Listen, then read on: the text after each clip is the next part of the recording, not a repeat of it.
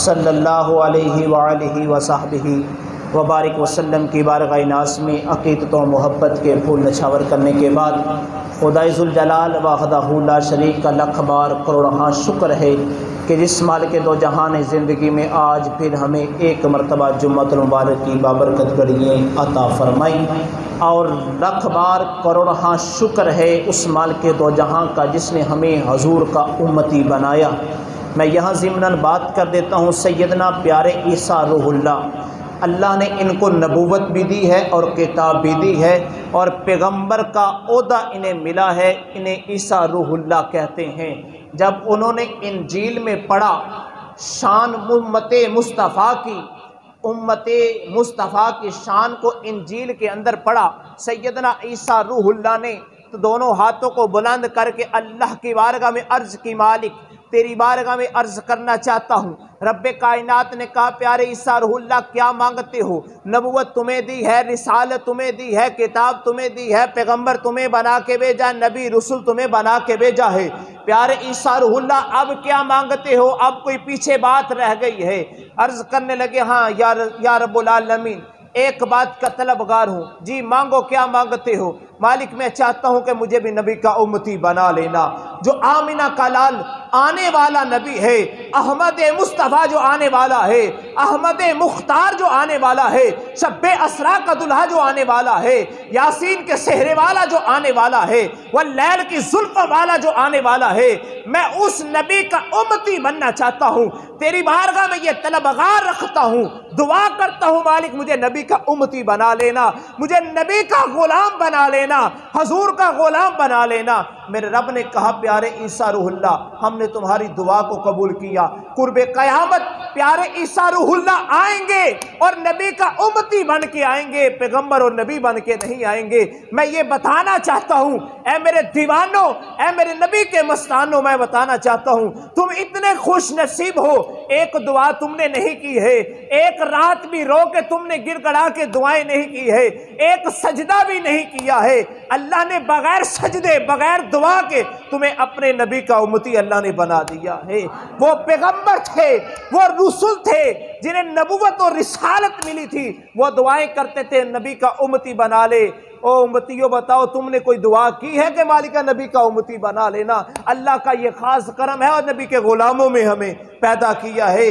नबी के खानदान और उस आमिना के लाल के कलमा पढ़ने वालों के घर में अल्लाह ने हमें पैदा किया है। तो यह रब का करम नहीं तो और क्या है। वो नबी दुआएं करते हैं नबी का उम्मती बनने के लिए, और हमने दुआ भी नहीं की, अल्लाह ने हमें हजूर का उम्मती बना दिया है। अज़ीज़म ये कितनी बड़ी खुश नसीबी की बात है। तो हमें अपने फ़ख्र पर नाज है। कुरान हमें हमारे मुतल्लिक़ कहता है, कुंतुम खैरा उम्मतिन उखरिजत लिन्नास। बड़ी उम्मतें आई हैं, बड़ी उम्मतें आई हैं। हज़रत आदम से लेकर ईसा तक उम्मतें आई हैं। किसी को ये नहीं कहा खैरा उम्मतिन उखरिजत। जब बारी आई आमिना के लाल की तो कहा कुंतुम खैरा उम्मतिन उखरिजत लिन्नासी, कि मैंने सारी उम्मतों से जो अफजल उम्मत पैदा किया वो मोहम्मद रसूलुल्लाह की उम्मत है।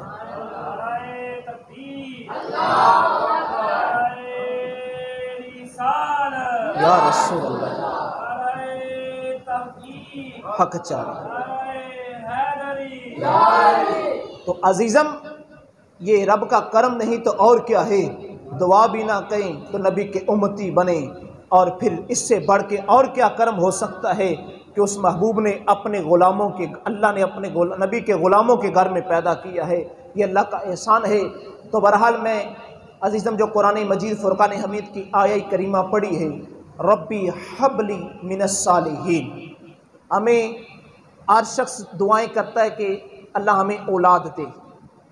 हमारा मौजू चल रहा है कई जुम्मत मुबारक से कि माशरे के मुतल्लिक़, इससे कबल हमने बेटी की अज़मत व फ़जीलत बयान की और शादी की रस्मात बयान की, फोतकी की रस्मात और दीगर माशरे में जो ख़राबियाँ हैं, ये कई 2-3 माह से हमारे जुम्मत मुबारक के खुतबात जारी है। तो आज क्योंकि आज अलमिया है कि चंद रोज़ पहले हज़रत सैयदना इमाम मूसा काज़म आप पर तानो तशनीह भी की गई है, तो अभी इंशाल्लाह कुछ ही देर के बाद मीडिया के कुछ लोग आएंगे, हम उन्हें कवरेज भी देंगे आज के इस हवाले से। और हर शख्स ये दुआ करता है कि मालिक मुझे औलाद अता फरमा, हमें औलाद अता फरमा। तो अल्लाह कहता है कि ये औलाद ना मांगा करो, बल्कि कहा करो रब्बी हबली मिनस सालिहीन, मालिक हमें नेक औलाद अता फरमा। अब मैं चंद लम्हे के लिए बेटे की शान आपके सामने बयान करूंगा कि बेटा क्या है। सैयदना इब्राहीम खलीलुल्लाह का भी एक बेटा था जिसका नाम इस्माइल ज़बीउल्लाह है। अब प्यारे इब्राहीम खलीलुल्लाह पर आजमाइशात आई। कभी नमरूद के सामने आजमाइश आई। बाप जितना मुत्तकी होगा औलाद उतनी मुत्तकी होगी, जितना बाप नेक होगा उतनी औलाद नेक होगी। अगर इस्माइल ज़बीउल्लाह नेक थे, प्यारे इस्माइल ज़बीउल्लाह अगर नेक हैं, बाप की ताबेदारी की है, ये मत समझे कि वो पैगंबर थे। पैगंबर होना ये अपना एक शान है, ये रिफ़त है, ये मुकाम है। लेकिन जो अपने बाप की गो से तरबियत मिली वो ये थी कि प्यारे इब्राहीम खलीलुल्लाह ने अपने बेटे से ये कहा था, बेटा जो अल्लाह की रज़ा है उसमें खुश रहना है, अगर तंगी भी आ जाए, मुसीबत भी आ जाए, उसी की रज़ा पे खुश रहना है। ऐ मेरे बेटे मैं तुझे बताता हूँ, जब मैंने दावत तौहीद का पैगाम दिया, अमर बिल मारूफ नहीं अनिल मुनकर की जब मैंने दावत दी, तो उस वक़्त क्या हुआ था, नमरूद ने बहुत बड़ी आग को जलाया था और उस आग के अंदर मुझे फेंक दिया था, और मैं एक पल भी पीछे नहीं हटा था। मैंने ये नहीं सोचा था कि मुझे इतनी बड़ी आग में फेंका जा रहा है और मैं पीछे हट जाऊं। तो बेटा मुश्किलात आएंगी, जब तू दीन पे चलेगा, दावत हक देगा, लोगों को दावत हक देता रहेगा, तो मुश्किलात के पहाड़ गिरेंगे।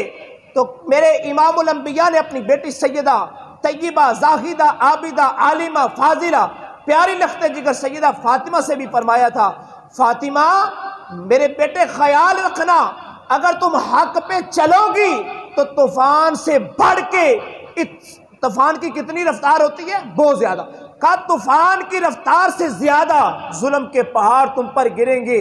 तो मेरे बेटे तुमने इस्तेकामत के दामिर को थामने रखना है। मेरे अजीजम, अब इब्राहीम खलीलुल्लाह की बात से, कुरान से ये पता चला और ये मुस्तफ़ा के फरमान से पता चला, जो दीन पर चलेगा उसे मुश्किलात आएंगी, उसे मुसीबतें आएंगी। बाबा जी खादिम हुसैन रिजवी, आप पर मुश्किलात आई, उलमा पर मुश्किलात आई, सुलहा पर मुश्किलात आई, औलिया पर मुश्किलात आई, सहाबा पर मुश्किलात आई। सूली पर लटके तो सहाबा कराम, मैदान जंग में शहादतें पाई तो सहाबा कराम ने। फिर रब ने कहा लक़द रज़ियल्लाहु अन्हुम वरदू अन्हु, महबूब इनसे कह दो मैं रब राजी हूँ, इन सहाबा से कह दो तुम भी अपने रब से राजी हो जाओ। ये फिर सनदे रब से मिलती हैं। मेरे अजीजम, जब अल्लाह की रज़ा पर खुश हो जाए, मुश्किलात आ जाए, उसके सब्र को थामे रखें।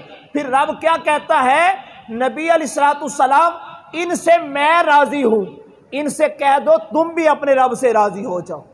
ये कितना बड़ा मुकाम है।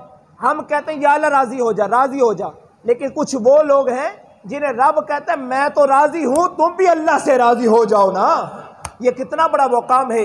मेरे अजीजम, सैयदना इब्राहीम खलीलुल्लाह ने अपने बेटे की तरबियत अच्छी की, जिसकी वजह से इस्माइल ज़बीउल्लाह नेक बने थे। तो आज मेरे अजीजम, हम अपनी औलाद की तरबियत नहीं कर पा रहे। आज हम अपनी औलाद की शायद वो तरबियत नहीं कर पा रहे, जिसकी वजह से आज एक वालिद उठता है, कहता है हाफिज़ साहब बेटा मेरी औलाद नाफरमान है, औलाद कहना नहीं मानती। मैंने पूछा ऐ मेरे सर के ताज, तू मेरे से बड़ा है, बाप की हैसियत तू रखता है, तेरे मुतल्लिक मेरे नबी ने फरमाया था कि बाप की रज़ा रब की रज़ा है, बाप की नाराज़गी रब की नाराज़गी है। तू नाराज़ होता है, तेरी शान तो मेरे नबी ने इतनी बना दी, तेरी शान तो, तेरी अजमत मेरे नबी ने इतनी बना दी, तू जानता नहीं तेरी शान कितनी है। ए बाप अगर तू अपनी शान को जान ले, अपनी कदर को जान ले, तुझे समझ आ जाएगी। मेरे अजीजम तवज्जो करना, रब ने कहा बाप की रजा, रब की रजा है। नमाजें हम अल्लाह की पढ़ते हैं, रोजे रखते हैं, ज़कात देते हैं, हज देते हैं, उम्रा करते हैं, तवाफ करते हैं, सफा मरवा पे साई करते हैं, मस्जिद नबी में नमाजें पढ़ते हैं, रियाजुल जन्नत के टुकड़े पे नवाफिल अदा करते हैं, मकाम इब्राहिम पे नफल अदा करते हैं। रब कहता है तेरी इबादत मैंने कबूल नहीं की, तेरा हज कबूल नहीं किया, तेरे रोजे कबूल नहीं किए, तेरी इबादत और रियाजत को कबूल नहीं किया, तेरे क़याम सजूद को कबूल नहीं किया, तेरी इबादत को कबूल नहीं किया है, तेरे ज़कात देने को कबूल नहीं किया, तेरे फतराने देने को कबूल नहीं किया। मालिक नमाज मैंने तेरी पढ़ी, तूने कहा अकीम सलात, नमाज कायम करो, मैंने नमाज तेरी पढ़ी, तू कबूल नहीं की। मालिक तूने कहा वलिल्लाहि अलन्नासि हिज्जुल बैत मन इस्तता इलैहि सबीला, अगर तेरे पास इस्तिताअत हो मेरे घर का तवाफ कर। तूने हुक्म दिया, मुझे इस्तिताअत मिली, मैंने तेरे घर का तवाफ किया, मालिक कबूल क्यों नहीं किया? मेरे रब ने कहा, रब के महबूब ने कहा ऐसे तेरा तवाफ कबूल नहीं करूंगा। पहले बाप को राजी कर ले, पहले बाप को राजी कर, फिर नमाज पढ़, तेरी मैं नमाज को कबूल करूंगा। मेरे नबी अलैहिस्सलाम बाप की अज़मत को बयान कर रहे हैं। ए बाप तू अपनी कदर को भूल गया। तो मेरे रब ने कहा, अगर मेरे नबी ने फरमाया अगर तुम बाप को राजी करोगे फिर सब कुछ करोगे, मैं कबूल करूंगा। अगर बाप को नाराज करके नमाजें पढ़ोगे कबूल नहीं होंगी। मेरे अजीजम तवज्जो करना, रब ने बाप की इतनी अजमत बयान की है और बाप तो अपनी कदर को भूल गया है, तुझे अपनी कदर याद नहीं। तेरे नबी ने तेरी इज्जत इतनी बढ़ा दी है कि तुझसे अगर बेटा खुश बोलेगा तो रब खुश बोलेगा, अगर तुझसे बेटा नाराज होगा तो रब भी तेरे बेटे से नाराज होगा। मेरे अजीजम आज अल्लाह के और अल्लाह के महबूब ने बाप की इतनी कदर की है और आज बाप अपनी कदर क्यों नहीं करवाता? आज बाप अपनी कदर नहीं करवाता। इब्राहिम खलीलुल्लाह ने आज उलमा से दास्तानें आप सुन रहे हैं, बड़ी बड़ी दास्तानें सुन रहे हैं कि इस्माइल ज़बीउल्लाह ने अपने बाप इब्राहिम की कितनी ताबेदारी की। आप वो सारी दास्तानें उलमा से सुन चुके हैं और सुनते रहेंगे। मैं उसका निचोड़ बताना चाहता हूं कि अल्लाह के प्यारे खलीलुल्लाह के बेटे इस्माइल ज़बीउल्लाह ने ऐसे फरमाबरदारी नहीं की, बाप ने तरबियत अच्छी की थी, दरसगाह अच्छी दी थी। मेरे अजीजम, एक बाप चाहता है कि मेरा बेटा डॉक्टर बन जाए, वो इसी तगोदो में है। बेटा उससे राय पूछ लेनी चाहिए।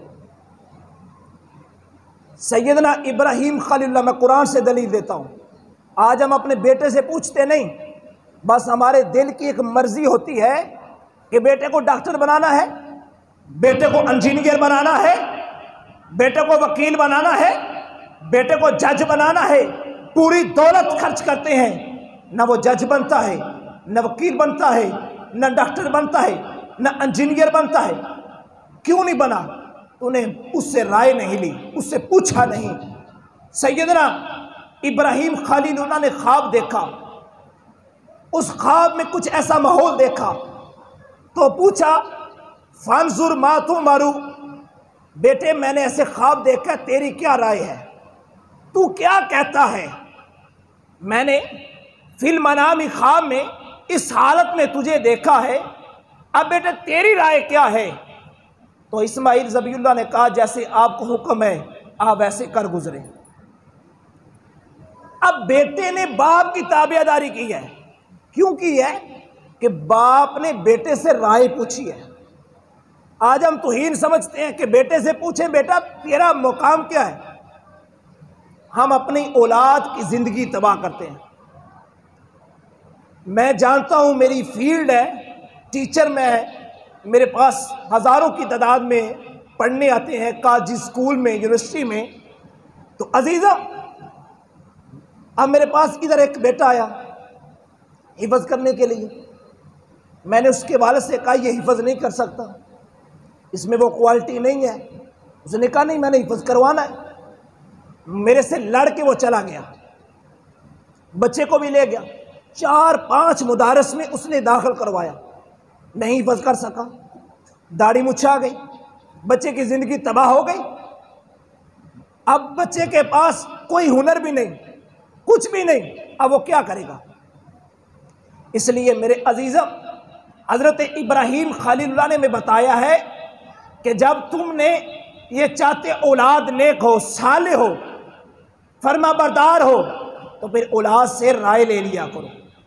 इस्माइल ज़बीउल्लाह से राय ली, बेटा क्या करना चाहिए? फरमाया अब्बा जान जैसे आपने ख्वाब देखा है वो पूरा करें। तो अजीज़म, हज़रत इस्माइल ज़बीउल्लाह जब लेट गए तो अब बाप और बेटे की मोहब्बत देखी।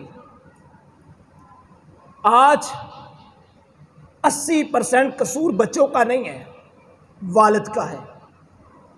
मैं बताना चाहता हूं, जिम्मेदारी से, कुरान से बताना चाह रहा हूं, 80% कसूर बाप का है औलाद को बिगाड़ने में। बताइए, हम अपने बच्चों को, छोटा बच्चा होता है वो जूता पकड़ता है, वो मारता है, घर वाले सारे हंसते हैं कि बेटे ने जूता पकड़ा और चाचू को मारा।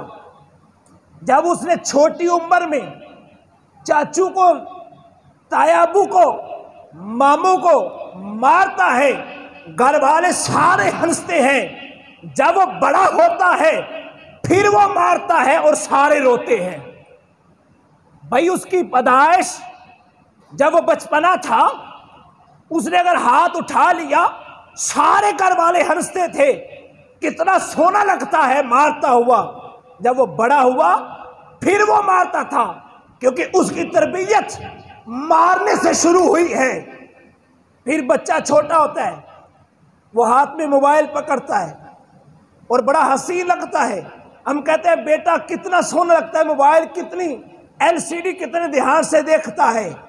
फिर वो बड़ा होता है, मोबाइल छोड़ता नहीं, सारा दिन मोबाइल में रहता है। तो बाप कहता है बेटा कोई काम भी कर लिया करो, मोबाइल को छोड़ दो। ओ भाई जब छोटा था तब मोबाइल में था, बड़ा है तो उसने मोबाइल ही लेना है। एक औरत थी, नेक साले मुत्तकी थी, उसको कुरान के 14 पारे हिफ्ज़ थे। कितने पारे? 14 पारे हिफ्ज़ थे। अब जो वो आटा गूंदती कुरान पढ़ती, झाड़ू देती कुरान पढ़ती, जब बर्तन धोती कुरान पढ़ती। उसके रहम से एक बेटा पैदा हुआ। जब उसकी पैदाइश हुई, पढ़ने के काबिल हुआ। जब पढ़ने के काबिल हुआ, कारी साहब के पास गया, दादा हजूर उसको लेकर गए। तो कारी साहब ने कहा बेटा पढ़ो बिस्मिल्लाहिर्रहमानिर्रहीम। तो बेटे ने 14 के 14 पारे सुना दिए। कितने पारे? तो कहा बेटा पढ़ने आए हो पढ़ाने आए हो? कहा हजूर पढ़ने आया हूं। कहा ये 14 पारे कहां से हिफज किए?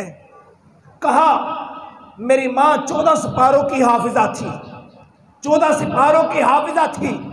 जब झाड़ू देती कुरान पढ़ती, जब बर्तन धोती कुरान पढ़ती, जब घर का काम काज करती कुरान पढ़ती। तो माँ के रहम में था, जब माँ कुरान पढ़ती मैं रहम के अंदर कुरान सुनता था। तो माँ 14 सिपारों की हाफिजा थी, तो मैंने अपनी माँ के रहम के अंदर कुरान को पढ़ लिया था, कुरान को हिफज कर लिया था। मेरे अजीज़म आज क्या होता है? बच्चे की पैदाइश हुई, सामने LCD है, फिल्म लगी है, ड्रामा लगा है। हज़रत उम्मुल मोमिनीन सैयदा आयशा सदीका और सैयदा फातिमा तो ज़हरा, इन अज़वाज और नबी की बेटियों की जिंदगी का मुताला करें। जब वो घर का काम काज करती तो क्या करती थी? वो मुस्तफ़ा की ज़ात पे दुरूद और सलाम पढ़ा करती थी। फिर बच्चे हसन हुसैन जैसे पैदा होते हैं। अगर माँ घर के काम काज वक़्त भी मुस्तफ़ा की ज़ात पे दुरूद और सलाम पढ़े तो फिर बच्चा भी हसन हुसैन जैसा पैदा होता है। अगर माँ रहम में बच्चा है, गोद में बच्चा है, वो ड्रामे फिल्में वो देखती है, तो फिर बच्चा भी यजीद जैसा पैदा होता है। अजीज़म आइए आगे चलिए, मैं कहता हूं बाप का कसूर है इस माशरे में। बच्चे की आज बच्चा तकब्बुर और अनाद में उतर आया है।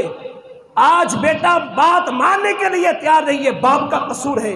सुनिए, बच्चा छोटा है, माँ की गोद में है, तो माँ क्या कहती है कि दादी तेरी यानी कि उसकी सास वो अच्छी नहीं है, जेठ अच्छे नहीं, चाचू यानी ताए अच्छे नहीं, वो बच्चे को दूध पिला रही है और साथ चाचू की बातें करती है, उस बेटे के ताए अबू की बातें करती है, अपने घर की सेफ्टी करती है कि मेरा यानी तेरा नाना अच्छा है, तेरी नानी अच्छी है, तेरे मामू अच्छे हैं, ये घर वाले अच्छे नहीं हैं।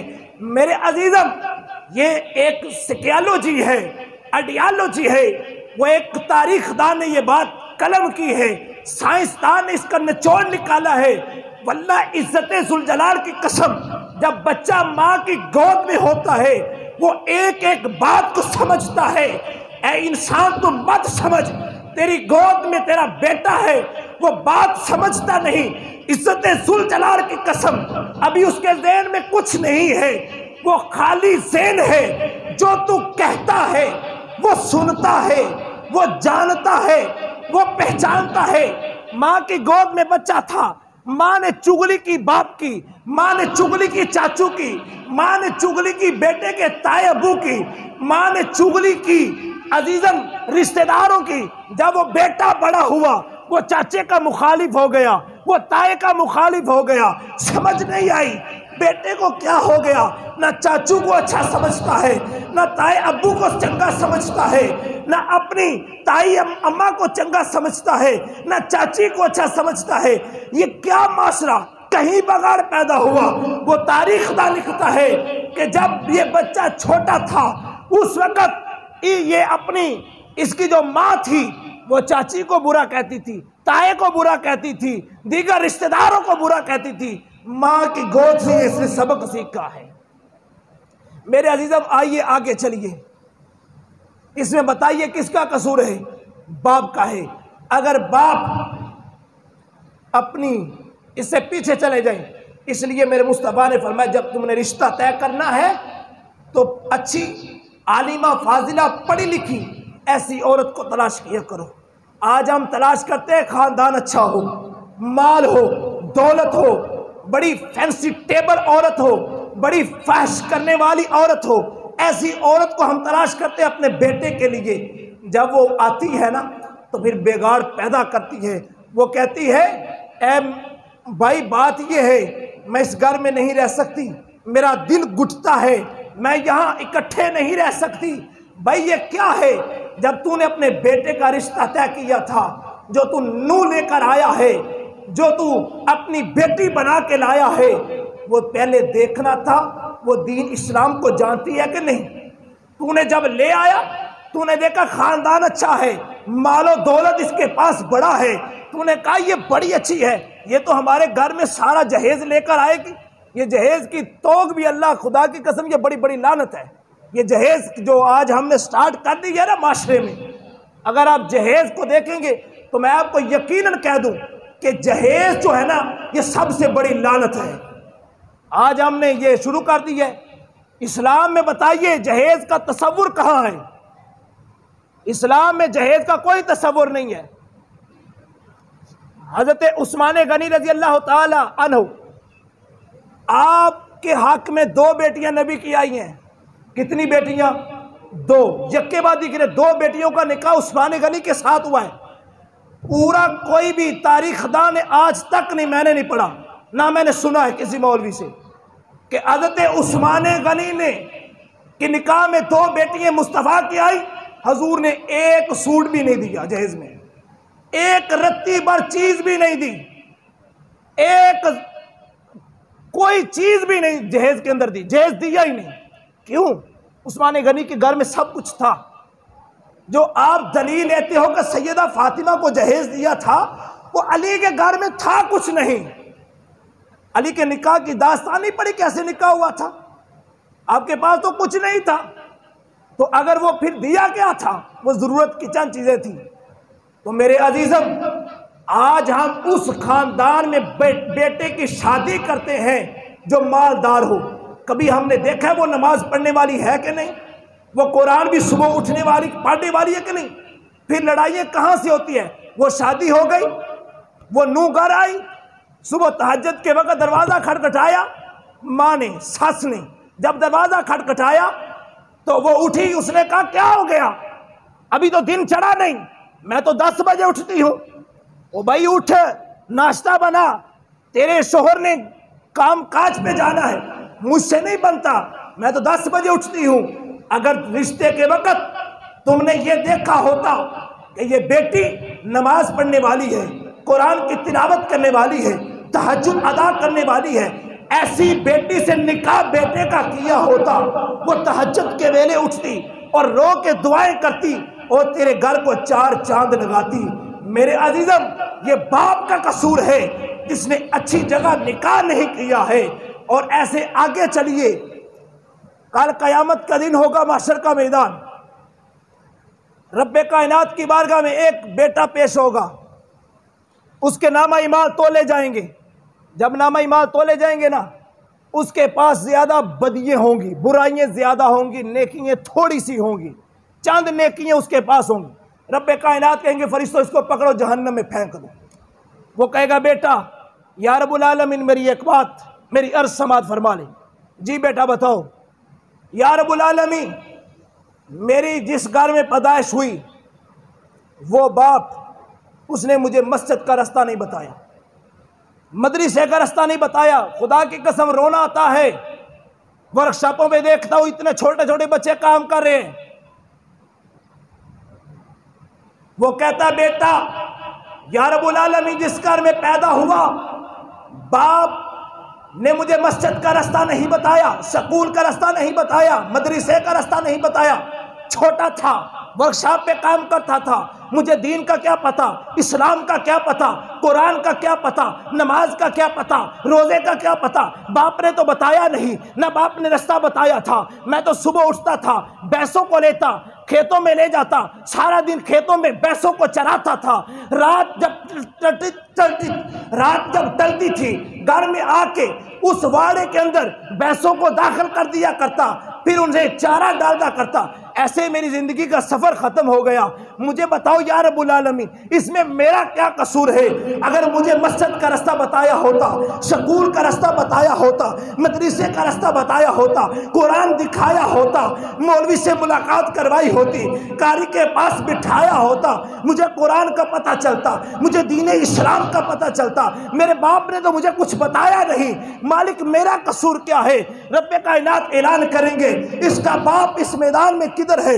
वो हाथ खड़ा करेगा, मालिक मैं हाजिर हूँ। रब्बे कायनात कहेंगे इधर आ भाई, उसे मैदान के पास खड़ा किया जाएगा, बताया जाएगा तेरे बेटे की नेकियां इतनी हैं और बदियां इतनी ज्यादा हैं, इसकी वजह क्या है? वो खामोशी इख्तियार करेगा। रब्बे कायनात कहेंगे इसमें तेरा कसूर है, तूने मुझसे रो रो के दुआएं की कि मालिक मुझे औलाद अता कर दे, मुझे औलाद अता कर दे। मेरे अजीज़म सैयदना इब्राहिम खलीलुल्लाह ने हज़रत सारा से निकाह किया, औलाद नहीं हुई है। हज़रत सारा ने कहा हज़रत हाजरा से निकाह करो, हज़रत हाजरा से निकाह किया। आपके बतने अतन से हज़रत इस्माइल ज़बीउल्लाह पैदा हुए, तो फिर इब्राहिम ने अपनी बेटे की ऐसी तरबियत की है, ऐसी तरबियत की है, वो इस्माइल ज़बीउल्लाह बन गए, वो अल्लाह की राह में कुर्बान हो गए। ये बेटे ने अच्छी तरबियत की थी, ये बाप ने अपने बेटे की अच्छी तरबियत की, इसलिए बेटा ज़बीउल्लाह बना था, इब्राहिम खलीलुल्लाह बना था। अगर हम औलाद की तरबियत करें तो आज भी वो ज़बीउल्लाह बन सकता है, आज भी बेटा ज़बीउल्लाह बन सकता है अगर औलाद की तरबियत अच्छी करे। रब्बे कायनात कहेंगे ए वालिद, तूने रो रो के दुआएं की? हाँ या अल्लाह दुआएं की। मैंने तुझे औलाद दी? हाँ मालिक तूने औलाद दी। बता रिज़्क़ का जिम्मा किस पर था? रिज़्क़ का जिम्मा किस पर था? अल्लाह पर था। और बख्शिश का जिम्मा किस पर था? किसी पर नहीं था। तो तूने गुर्बत की बिना पे और इस आलम में डरते हुए तूने अपने बच्चों को काम में डाल दिया, भैंसों के पीछे डाल दिया, वर्कशॉपों में डाल दिया। मैंने रिज़्क़ का जिम्मा उठाया था। तू अगर बच्चों को पढ़ाता, उन्हें अच्छी तालीम देता, उन्हें वाइज और नसीहत करता, कारी साहब के पास बिठाता, वो कुरान सीख जाते, वो इस्लाम सीख जाते, वो दीन इस्लाम की बातें जान जाते। इज्जत जुल जलाल की कसम, फिर मैंने रिज़्क़ ही अजीम उतर देना था। यहाँ ज़िम्नन एक बात कर देता हूँ। नबी अलैहिस्सलाम की बारगाह में एक सहाबी रसूल आए, अर्ज़ की या रसूल अल्लाह, हम 3 भाई हैं, 2 काम काज करते हैं और ये एक सारा दिन आपके पास बैठा रहता है, कोई काम नहीं करता। इसके बच्चे भी हम पाल रहे हैं, इसकी बीवी को भी पाल रहे हैं। मेरे अल्लाह के महबूब ने फरमाया, हो सकता है अल्लाह इसी के बदले तुम्हें रिज़्क़ दे रहा है। कह दो सुभान अल्लाह। इसी के सदके हो सकता है अल्लाह तुम्हें रिज़्क़ दे रहा है। अब ये बात चलती चलती थोड़ी सी बिगड़ गई, अब जुदाइयाँ डल गई। अब जो नबी की बारगाह में बैठता था, जो इस्लाम की संगत में बैठता था ज़्यादा वक़्त, अल्लाह ने उसे माला माल कर दिया। और जो वो 2 थे वो बिगड़ गई, वो कोई एक इधर चला गया, एक इधर, ना माल रहा, ना दौलत रही, ना कोई चीज़ रही। अब सब कुछ जो दीन इस्लाम पे चलने वाला था उसी के पास सब कुछ रहा था। मेरे अजीज़म, अगर हम इस्लाम पे चलें, अपनी औलाद को इस्लाम पर चलाएं, तो इज़्ज़त जुल जलाल की कसम, वो मालिक राज़िक है, वो रिज़्क़ तुम्हें देगा। फिर नतीजा अखज़ करिए, रब्बे कायनात कहेंगे तूने इसको कारोबार में डाल दिया, पैसों के पीछे डाल दिया, अब इसकी सज़ा ये है, ये बेटा जहन्नम में नहीं जाएगा, उस बाप को पकड़ा जाएगा, वो जहन्नम में फेंक दिया जाएगा। बताओ उस वक़्त क्या बनेगा, उस वक़्त क्या करोगे? आज कराओ बेटों से काम। मेरे अज़ीज़म, इस माशरे में 80% बाप का कसूर है। अगर अपने बाप की अच्छी तरबियत करें, अगर बेटे को पढ़ाएं लिखाएं, बेटे को अच्छा कामिल बनाएं, तो यकीन मानिए औलाद नेक जब बन जाएगी तो रिज़्क़ के दरवाजे अल्लाह ताला खोल देगा। और अल्हम्दुलिल्लाह नुशहरा विरका की धरती में ये आपको अदारा मिला है, गिफ्ट मिला है, ये गिफ्ट मिला है। और इतना अदारा कि जिसमें अल्हम्दुलिल्लाह आपको, आपके बच्चों को कुरान भी पढ़ाया जा रहा है और स्कूल की तालीम भी दी जा रही है। और अल्हम्दुलिल्लाह सिर्फ स्कूल और मदरसा नहीं, बल्कि टैक्टाई पंजाब से हमारी मंजूरी भी हो चुकी है। इलेक्ट्रिशियन और कंप्यूटर के कोर्स भी इंशाल्लाह चंद ही कुछ ही लम्हों के बाद इंशाल्लाह कंप्यूटर और इलेक्ट्रिशियन के कोर्सेज टैक्टाई पंजाब से, गवर्नमेंट पंजाब, हुकूमत पंजाब से यहाँ करवाए जाएंगे। और आपका बच्चा जब यहाँ से फारिग होगा, पाकिस्तान के किसी भी महकमे में जाकर वो एज ए सरकारी मुलाजमत भी जाकर काम कर सकता है, लेक्चरार भी कॉलेज में भी लग सकता है। अल्हम्दुलिल्लाह काफ़ी दोस्त अब आप जानते हैं कि मैंने भी इसी सनद की बेस पे, जो हमारा मरकज़ जामिया नुसरतुल इस्लाम गुजरांवाला जहाँ से मैं फारिग हुआ, इसी बेस पे, इसी सनद की बुनियाद पे गवर्नमेंट कॉमर्स कॉलेज में 2 साल काम किया है। मेरे अजीज़म, ये अदारा आपको गिफ्ट मिला, इस अदारे के साथ वाबस्ता हो। आप अगर बच्चे को स्कूल भेजते हो, वहाँ क्या करता है, स्कूल की तालीम हासिल करता है। सिर्फ 8 साल 10 साल वो स्कूल में जाए तो सिर्फ स्कूल ही पढ़ेगा, लेकिन अगर मदरसे में इधर आएगा, स्कूल भी पढ़ेगा और साथ मदरसा भी पढ़ लेगा, दीन भी सीख जाएगा, दुनिया भी सीख जाएगा। और याद रखिए, दीन के बदले दुनिया मिल सकती है, दुनिया के बदले दीन नहीं मिल सकता। दीन के बदले दुनिया तो मिल जाती है और दुनिया के बदले दीन नहीं मिलता।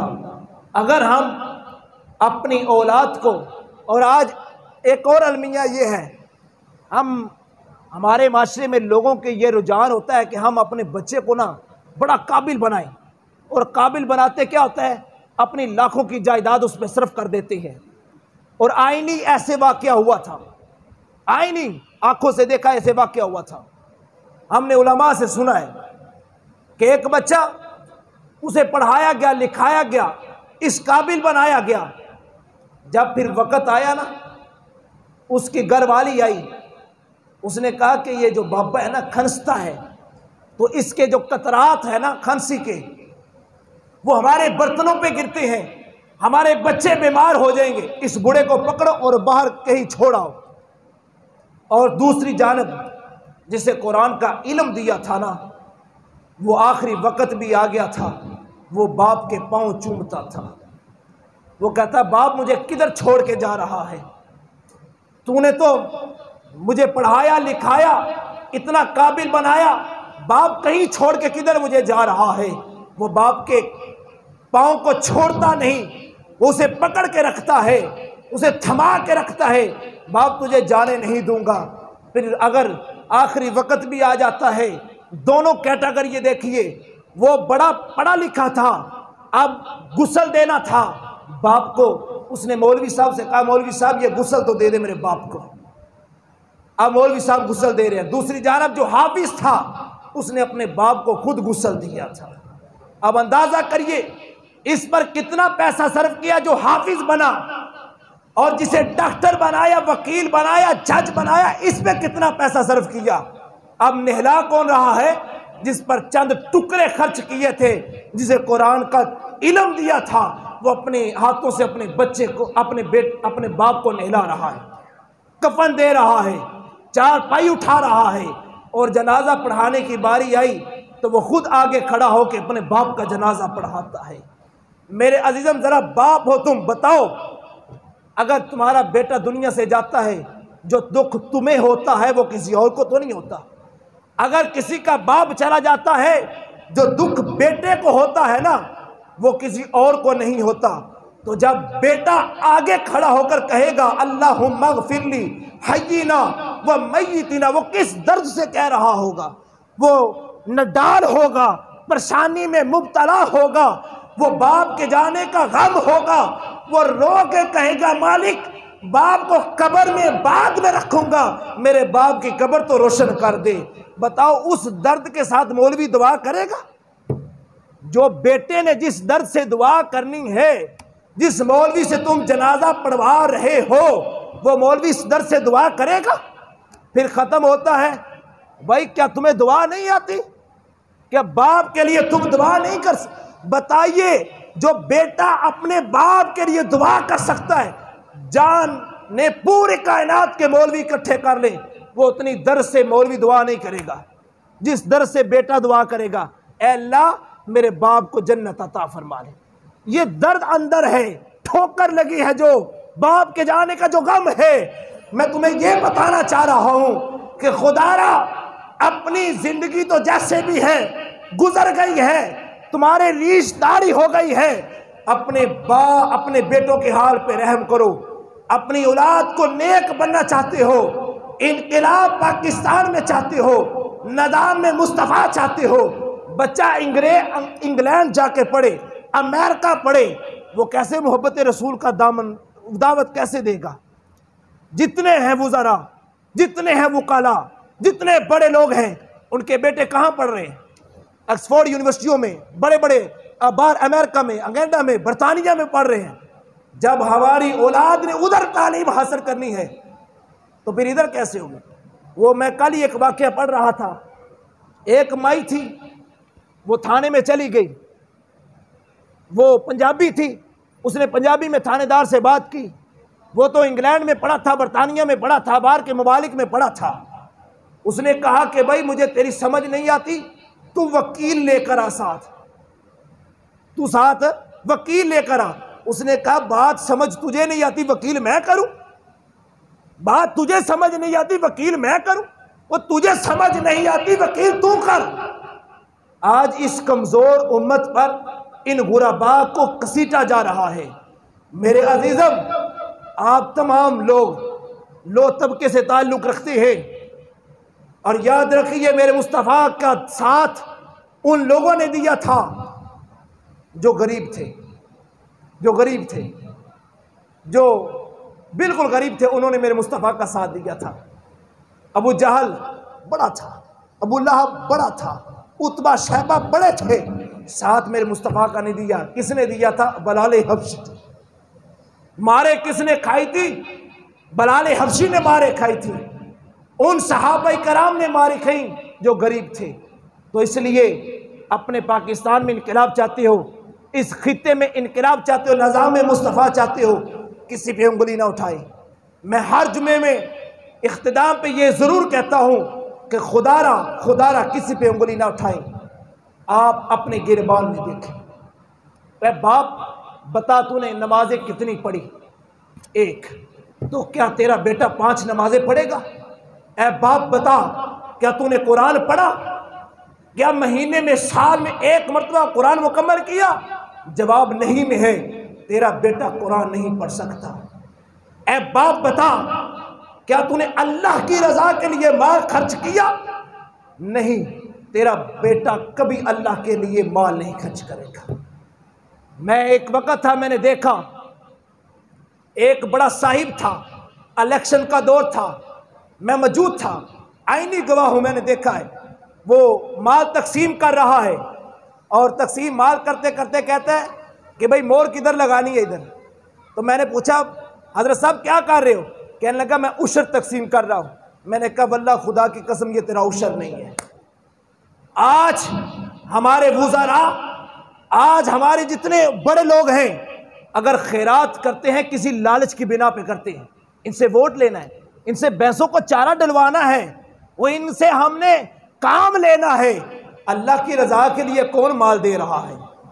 मेरे अजीजम, आइए अपने आप को मजबूत करें, और मजबूत हम अपनी नौजवान नस्ल से होंगे। अल्लामा इकबाल अली रहमान ने जब पाकिस्तान का खिता हासिल किया था तो नौजवानों में इश्क मुस्तफा डाली थी। कायदे आज़म मोहम्मद अली जिन्ना ने जब ये पाकिस्तान के खिते में मेहनत की थी तो कायदे आज़म मोहम्मद अली जिन्ना ने सबसे पहले पूरे दुनिया के कॉलेजों में जाकर, पाकिस्तान के हर कॉलेज में जाकर लोगों के दिलों में इश्क मुस्तफा डाली थी।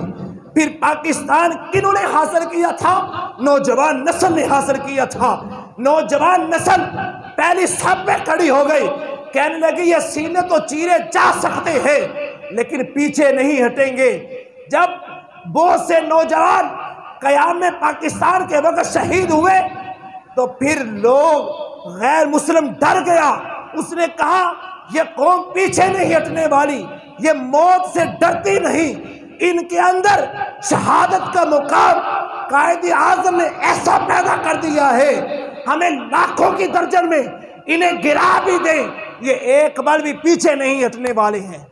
मेरे अजीजम, इनकलाब चाहते हो, निज़ाम मुस्तफ़ा चाहते हो, तो फिर अपने बच्चों को ऐसी जगह दाखिल करवाओ जहां दीन भी मिले, जहां दुनिया भी मिले, जहां आपकी जिंदगी भी एक खूबसूरत हो।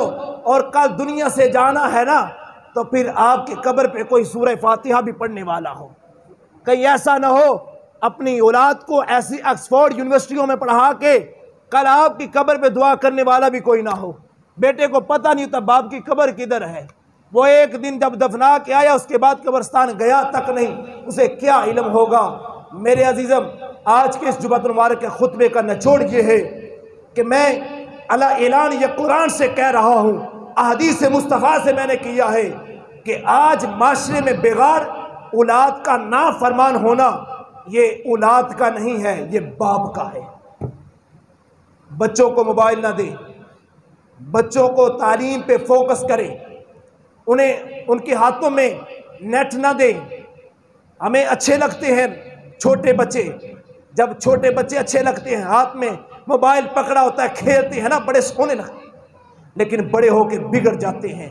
अपने बच्चों को उनके हाथ में या कुरान दो या दीन मुस्तफ़ा की वो प्यारी प्यारी अहदीसों की किताब दें।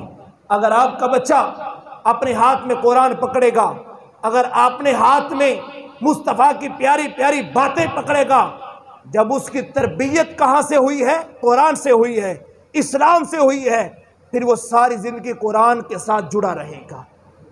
तो इसलिए अपने बेटों को कुरान के साथ रिश्ता जोड़ें। और आज अलमिया ये है, आखिरी बात, आज अलमिया ये है कि हम कहते हैं बेटा मौलवी के पास नहीं जाना। हाँ, मौलवी के पास नहीं जाना, भाई रहने दो, मौलवी के पास ना भेजो ना। मैं तुम्हें अलालान कहता मौलवी के साथ, मौलवी के पास ना भेजो। क्या तुम्हें इतना शऊर नहीं? तुम बाप हो, जिंदगी का सफर तय किया है, तुम्हें कुरान नहीं आता, तुम्हें मुस्तफ़ा का फरमान नहीं आता, तुम्हें इस्लाम का नहीं पता, तुम खुद अपने बेटे की तरबियत कर लो। ना मौलवी से फितना फसाद फैलाते हैं ना मौलवी, ये मौलवी है जो अजान में कान, आपके बच्चे के कान में अजान पढ़ते हैं, जनाजा पढ़ाते हैं, आपके लिए दुआएं करते हैं। आपको मौलवी अच्छे नहीं लगते, ना करे, लेकिन खुद अपने बच्चे की तरबियत तो करे ना यार। अपने बेटे की ऐसी तरबियत करे, उन्हें इतना पढ़ाए, इतना लिखाए, कुरान के साथ इतना रिश्ता उनका जोड़ दें, इतना रिश्ता जोड़ दें। जब बैठे तो मेरे नबी का फरमान सुनाई कि मेरे नबी इखलाक के कैसे मालिक थे, मेरे नबी के इखलाक की बातें बेटों को बताएं। अच्छा, अर्तुगरुल गाजी का ये ड्रामा चला है, हर बच्चे में अर्तुगरुल की बहादुरी पैदा हो गई है। क्यों पैदा हुई है?